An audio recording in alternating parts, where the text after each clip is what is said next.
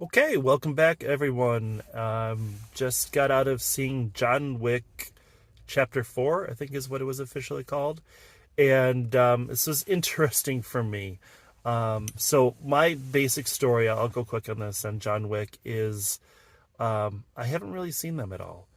And the reason why, it's not that I'm against them or, wasn't anything I wanted to see them.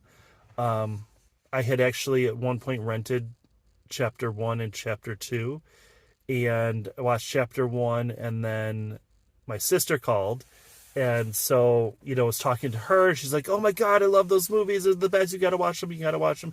And so we ended up talking about movies and John Wick for 30-45 minutes as she was convincing me. So I watched the first movie and then didn't get a chance to watch the second one.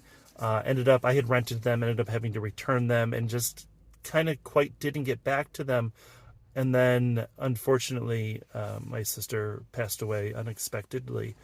And so the John Wick movies, even though everybody kept recommending them to me, just sat there as, this was the last movie that I talked about with my sister. So am I going to be able to get through it? And so, I have a friend who talked me into going to see this. And I appreciate that because I probably would have skipped it otherwise. I did warn him. I said, I'll probably be the only one that's crying in John Wick.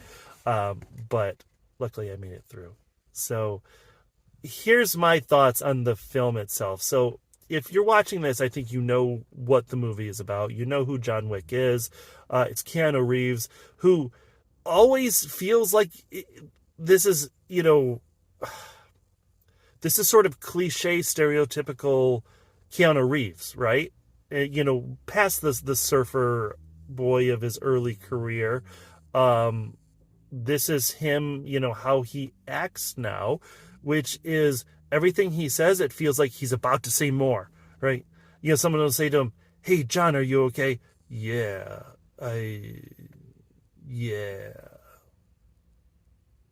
That's it, right? And that's his line. He does say more than one or two lines together by the end of this movie, which is like 17 hours long. No, actually, I think it's like 2 hours and 54 minutes, I think is the actual runtime. But God, it feels like it's long. So yeah, Keanu Reeves is in it just doing his, kind of grunting, slow line delivery. He's fine. Lawrence Fishburne is cool in it. And I think if I had seen the other movies, it would have made more sense. I don't remember him at all from the first movie, so he must have come in. He's clearly an established character. Ian McShane is in it, looking more like the Crypt Keeper than ever before. And then Bill Skarsgård, who he's great. Like, he's the big bad guy, the marquis of this movie. My only real issue with him, even though he has a menacing presence, like he's very good, the issue that I had with him is I've not too distant in the past, I saw Barbarian, and it's a very different character, but I couldn't really quite get past that. He feels a little young to be playing this role that's like the leader of this, I guess it's called the Table. Table of 12 or Table. But anyways, this massive crime organization. And then Donnie Yen is in it. Donnie Yen is fantastic. I love that he's in this big movie. It seems like he's a character, again, that is from the other movies, so I think I will go back and watch it. And, as far as Donnie Yen goes, he's a badass, and I've loved everything that he's been in. I think that there are a lot of movies that would do well. Like, if you like this sort of movie, then please go look for more Donnie Yen. He's kind of like Michelle Yeoh, like, deserves to be more well known by the Western audience. But he's blind, and I, grown up watching Zatoichi the Swordsman, and this trope of the blind swordsman and all that. Absolutely, I'm 100% fine with that. But my issue comes that he ends up fighting on the same side as some of these others, with John Wick specifically, and So as he's shooting and, firing off and killing all of these bad guys, he's also able to pick out the bad guys versus John Wick, which kind of leads me into where I think the real problems of this movie start to fall apart. And I know people are going to love this movie, and that's absolutely fine. Please love this movie. That's great. But I think it did kind of fall apart. My friend said that if you watch the whole series in sequence going through, as this gets more and more ridiculous, and it is straight up ridiculous, it's a good evolution, right? It makes sense. For me, it felt like I kind of came into this television show where I watched the premiere and then skipped everything else, came back for the series finale. So I knew kind of the characters, I knew the premise, but I wasn't necessarily caught up with where everything was or what to expect. Just there to see the end of it. So the action scenes, when it first starts out, and there are some other actors whose names I don't remember, but they're going into the first fight, I believe, and this is where I'm starting to fall apart, is because it wasn't that long ago, obviously it's 5 minutes ago that I got out of this movie, but like remembering what was the big fight scene at the beginning. Well, it was at this place called the Continental, which was in Osaka, I believe, and there's a little bit of a fight scene, and I thought to myself, oh, you know what's going to be cool? There's going to be these short, brutal fight scenes, and that'll be awesome. But what it turns into is this long, extended, huge fight scene that lasts for what felt like an hour.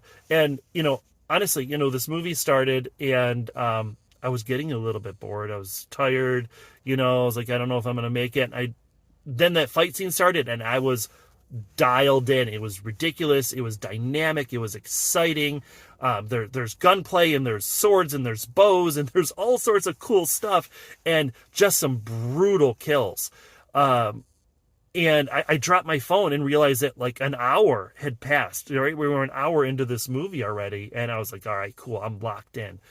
As it goes on, though, these fight scenes, it's sort of like an Iko Uwais or a Tony Jaa, like these Indonesian or Thai films where to end the film, there's a very long, extended fight scene that has been built up. But this, and again, maybe because I haven't seen the other movies, it's like just long, extended fight scenes to have long fight scenes. And frankly, they got a little bit boring.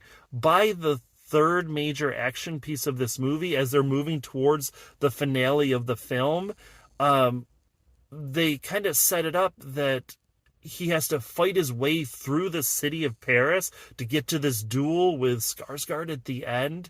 And Lawrence Fishburne drops him off. He said, "This is as close as I can get you," as they've gone through the sewers, which is apparently miles and miles away, because then there's like a car chase and there's a fight at the Arc de Triomphe, which is fine, except you know what, by the time the first guy that gets hit by a car is like, oh, whoa, holy cow. But then by the fifth time John Wick has been run over by a car, or another random guy has been thrown into the car, like, who cares? And on that whole thing, like, this is all happening because they've set up this massive duel where John Wick is going to win his freedom if he wins the duel. But then they also have this sort of Warriors-esque scene where there's a third agency, and I totally forgot about this character, Mr. Nobody, who's this guy with a dog who's also hunting John Wick.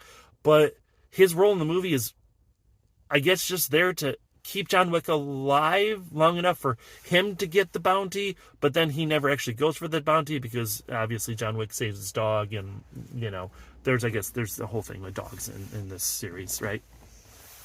But he's kind of pointless, and so there's this third agency or group of contract killers, criminals, thugs, I don't know, that get all their orders through the radio, and so there's weird diegetic use of Nowhere to Run and then Paint It Black as this radio DJ is giving out orders, and now apparently everybody can hear this and knows where John Wick is going to be, even though for the last 2 hours of the movie nobody could find him. And now all of a sudden they just know exactly where he is all of the time. And so they're chasing him, and there's a kind of a cool scene where he's fighting through this I Paris church mansion type thing. And it's very video gamey, and it shifts to this top down perspective where you're seeing him go room by room and just kill people, and on that, conservatively, he shoots 1 billion people in the head, right? Which I get, that's the ridiculousness that we're looking for this from this series and this franchise and this film, but his face is totally exposed the whole time, and he never gets hit in that. So, yeah, I don't know. And oh my gosh. So they're leading up, and there's a scene as like all the kind of, I don't know if they're bad guys. Is everybody a bad guy in this movie? I don't know. Because even John Wick, like, there are civilian casualties by the dozens, if not hundreds. Property destruction, and there's one moment where they're all kind of talking, and they make their final deal, and Skarsgård like turns and looks directly at the camera. It's just for a very brief second, but it's funny. And then there's this other scene, like, I don't know if you've seen Unbreakable, but like John Wick has to make it up for some reason these 250 steps, like he's Po from Kung Fu Panda, and of course he gets up there and then falls back down, right? And now he doesn't just fall down; he falls down a flight of steps. You're like, oh man, ouch! But then he falls again and again and again and again and again. And it's funny. It's ridiculous, but it's funny. So then he makes it up, and then I'm not going to give away too much at the end of the movie, but this is chapter 4. This is the end of the series, and is it good? I guess that's the question. Wow, this has gone really long, so I'm going to wrap up. Is it good? I think if you're a fan of the franchise and you've watched everything through, you're going to love this. I think if you go in expecting, there are some beautiful shots. The music is all over the place, but fitting. The choreography is fantastic. The hits and the fights, it's all very satisfying. It just goes on too long.